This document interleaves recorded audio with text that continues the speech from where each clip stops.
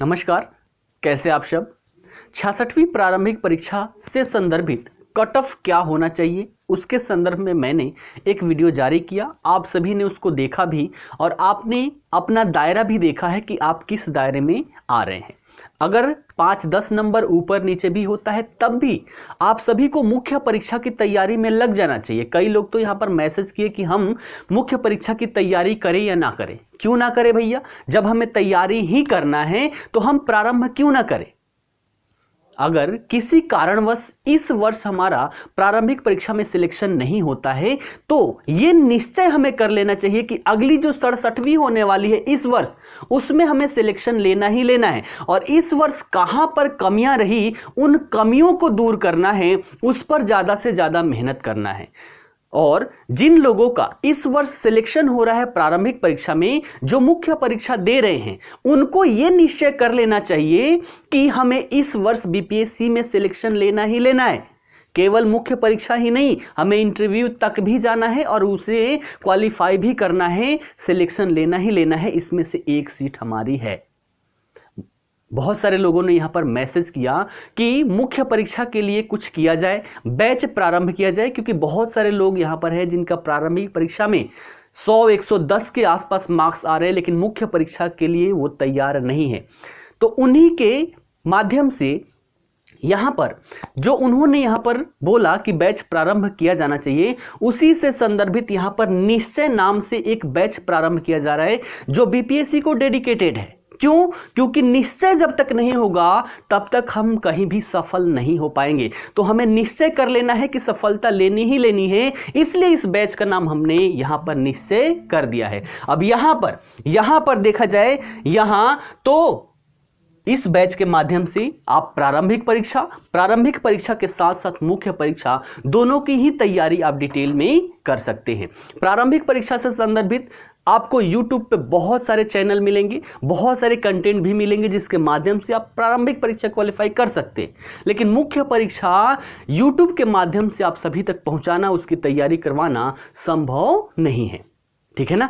तो यहां पर आप सभी को बैच ज्वाइन करना है। मैं यहां पर यह नहीं बोल रहा कि आप सभी को बैच ज्वाइन करना ही करना है। बहुत सारे लोग ऐसे भी हैं जिनका सिलेक्शन बिना किसी एकेडमी को ज्वाइन किए ही होता है। लेकिन अगर आपको लगता है कि आप उस कैटेगरी में हैं, उतने सक्षम में हैं कि बिना एकेडमी के हम क्वालिफाई कर सकते हैं, तो आप निश्चय ही कीजिए। यूट्यूब के माध्यम से आप सभी को गाइडेंस मिलते रहेगा, चाहे हमारा 66वीं मुख्य परीक्षा हो या 67वीं प्रारंभिक परीक्षा हो। लेकिन अगर ऐसी अवस्था में आप नहीं हैं तो आपको बैच ज्वाइन कर लेना चाहिए।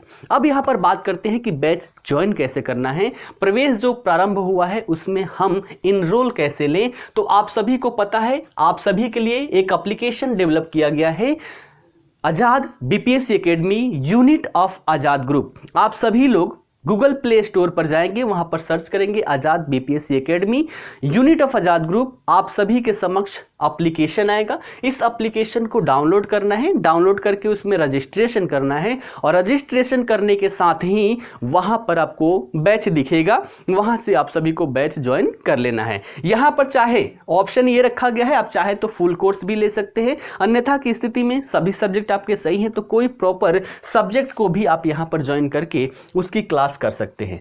यहां पर क्लास की बात करें तो जो हमारी ऑफलाइन क्लासेस चलती है उसी के रिकॉर्डेड वीडियो आप सभी को यहां पर मिलेगा। और यहां चाहे प्रारंभिक परीक्षा का सिलेबस हो या मुख्य परीक्षा का सिलेबस हो, दोनों को ही बीपीएससी के नजर में रखते हुए डिटेलिंग में करवाया गया है। उससे अतिरिक्त भी है, लेकिन आप इस सिलेबस को पूरा कंप्लीट कर लेते हैं, कोई भी प्रश्न आपका यहां से छूटने वाला नहीं है।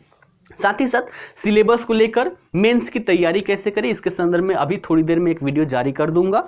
उसमें क्या सिलेबस है, मुख्य परीक्षा की तैयारी कैसे करें, प्रश्न कैसे कैसे आते हैं, उसकी भी हम चर्चा करेंगे। साथ ही साथ आयोग के द्वारा क्या कहा गया है मुख्य परीक्षा के विषय में, उसकी भी चर्चा हम वहां पर करेंगे। तो इस वर्ष आप सभी निश्चय कर लीजिए कि हमें सिलेक्शन लेना है। 66वीं में अगर प्रारंभिक परीक्षा क्वालिफाई कर रहे हैं तो मुख्य परीक्षा और इंटरव्यू दोनों करना ही करना है।